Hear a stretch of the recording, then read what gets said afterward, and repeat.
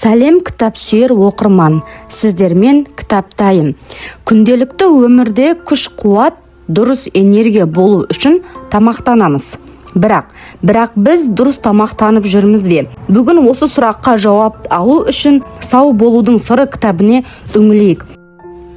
Адамды ауру ететін тамақтану. Құран мен сүннеттен мысал. Осы бөлімдерге шолу жасаймыз. Алдымен тіркеліп, қолдау білдіріп қойды ұмытпаңыздар. Адамның тәні мұғжиза. Бірінші бөлім. Адамзатқа тән табиғи өлшемдер. Әлемде әрбір нәрседе тән өзіндік өлшем шектеулер бар. Бұған адамдар да жатады. Мысалы, адамның бойы 160 см мен 195 см арасында болса, қалыпты деп есептеледі. Яғни, адам 2 метрден жоғары немесе 1,5 метрден қысқа болса, бұл қалыпты жағдай емес. Адамның салмағына келсек, әрбір адамның бойының 1 метрден үстіндегі сантиметрлік есептен салмағы 10 килограммға дейін ауыр немесе жеңіл болатын болса, бұл қалыпты жағдай. Мысалы, бір адамның бойы 175 болса, ал салмағы 65 килограмм немесе 85 килограмм арасында болса, онда қалыпты деп саналады.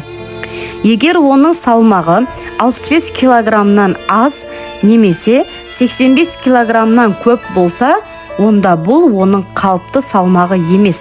Ағзасында бір ақаудың барын білдіреді, әрі емделуді қажет етеді. Бойы 175 болғанмен адамның салмағы 100 килограмм болса, онда бұл оның ауру екендігінің көрсеткіші. Адамдардың қалыпты өмірі. Негізінен адамдардың қалыпты өмір сүру ұзақтығы 120 жыл. Алайда көптеген адамдар бұл жастың жартысында да жете алмастан денсаулығының себебінен өліп кетуде. Адам тәнін дұрыс қоректендірмейтін болса, денсаулығына дұрыс қарамайтын болса, онда тәнін өз уақытысынан бұрын өлтіреді. Дұрыс тамақтанудың қажеттілігі де сонда жатыр. Құран кәрім мен хадистерде халал тамақ пен харам ас туралы айтылуы жайдан жай емес. Сонымен қатар, ішіп жегендеріміз біздің денсаулығымызға ғана әсер етіп қоймай, дұрыс ойлау, ұғыну қабілетімізге де және болашақ ұрпағымыздың дүниеге дұрыс адам болып келуіне де тигізер септігі мол. Бұған қоса, ақыретте көрер қызығымыз бен тартар азабымызға қосар үлесі бар.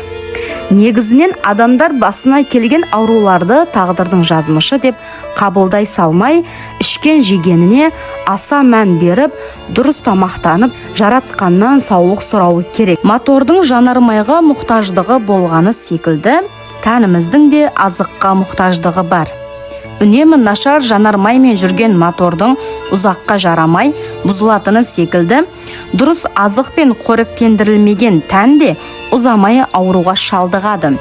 Сондықтан, исламның бұрынғы ғалымдары мен мәзһаб имамдары ішіп жеу туралы қағидаларды фиқхтың негізгі тақырыптарының бірегейі деп қарастырған. Асқазан мен ауыздағы қорғаныс күші. Адамның түшкіруінде де себеп бар. Айналамыздағы қоршаған ортада көптеген зиянды микробтар біздің ішімізге енуге тырысады. Сол микробтар кейде тыныс жолдары арқылы ішке кіруге әрекет етеді. Сол кезде мұрын тыныс жолында орналасқан қорғаныс әскері шабуылға көшіп, адамды түшкіртеді. Түшкірудің нәтижесінде тыныс жолындағы микробтар сыртқа шығады. Кейде күшті микробтар түшкіргенге де дес берместен мықтап орнығып алады. Мұндай жағдайда сол микробтарға қарсы дәрі қолданған жөн. Микробтар жеміс-жидектер тағы басқа азықтар арқылы ауыздан кіруге де бар талпынысын жасайды. Алайда бұл оңайға соға қоймайды. Себебі, ауызда және асқазанда Алланың орналастырып қойған қорғаныс күштері бар.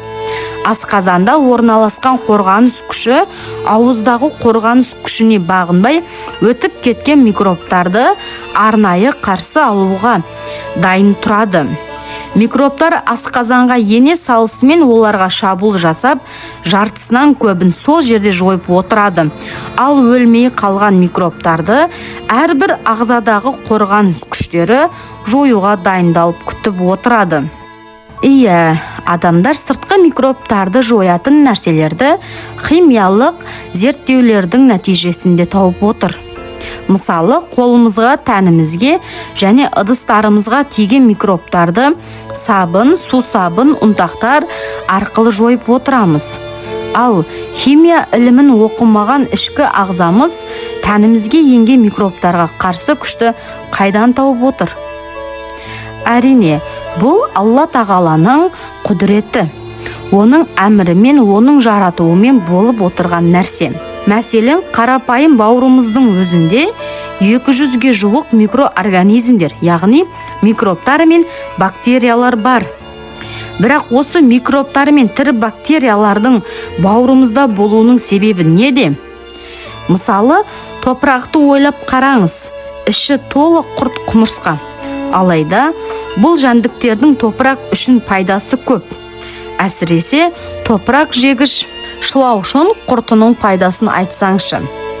Дәл осы секілді кейбір мүшелерде орналасқан микробтар мен бактериялардың да шылаушын құрты секілді топырақтан жаратылған тәніміз үшін өзіндік пайдалы қызметтері бар.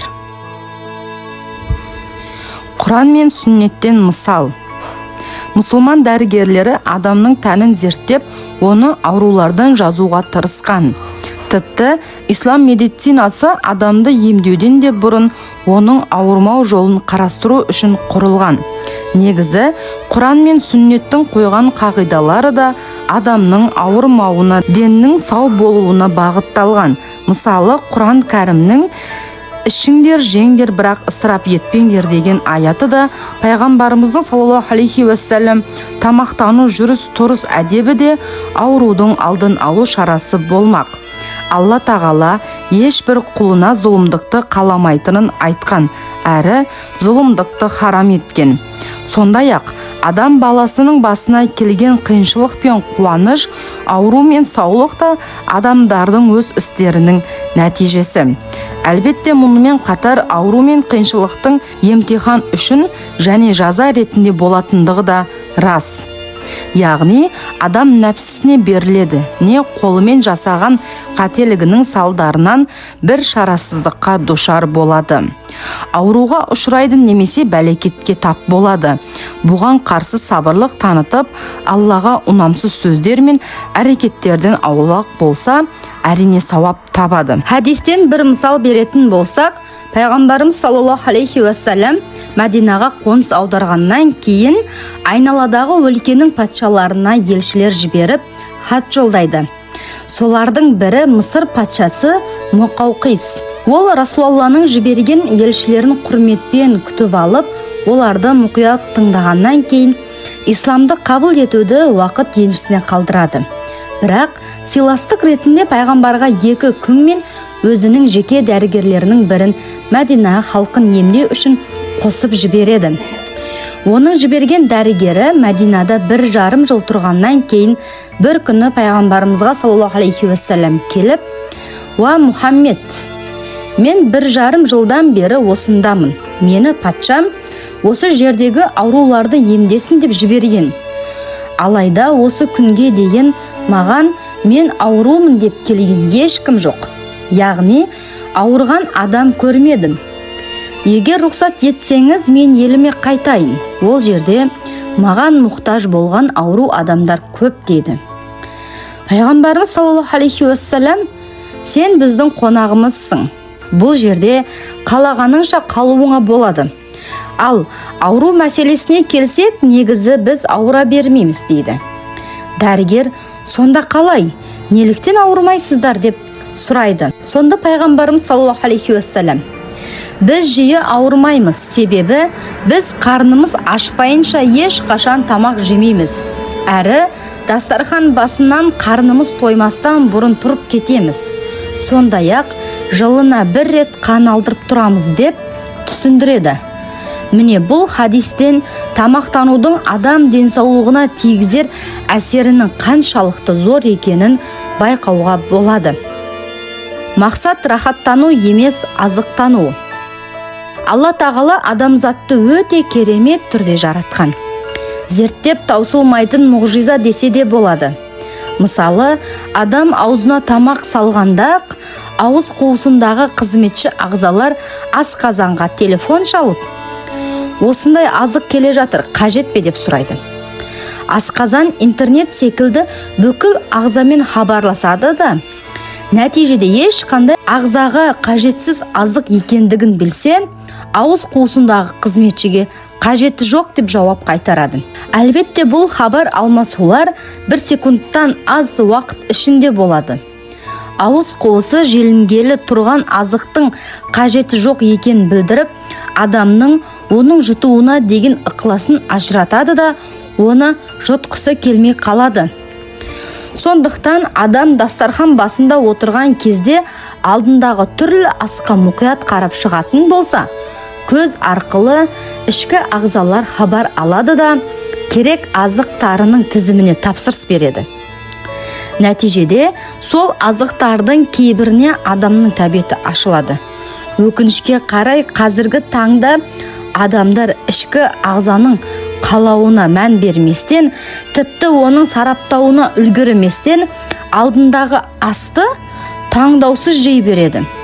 Соңында асқазаны ауырып, қорытпай жүрегі айнып жүреді.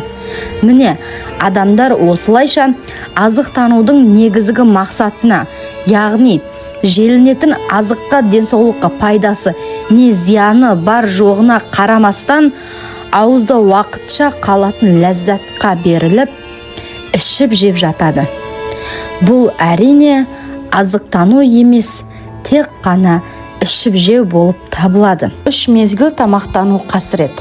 Келесі бөлімде осыны оқитын боламыз. Достар, жоғалтып алмау үшін тіркеліп, лайк басып, қолдау білдіріп қоюды ұмытпаңыздар. Ақпарат сіздерге ұнады ма? Комментарийді жаза кетіңіздер. Келесі кездескенше сау болыңыздар.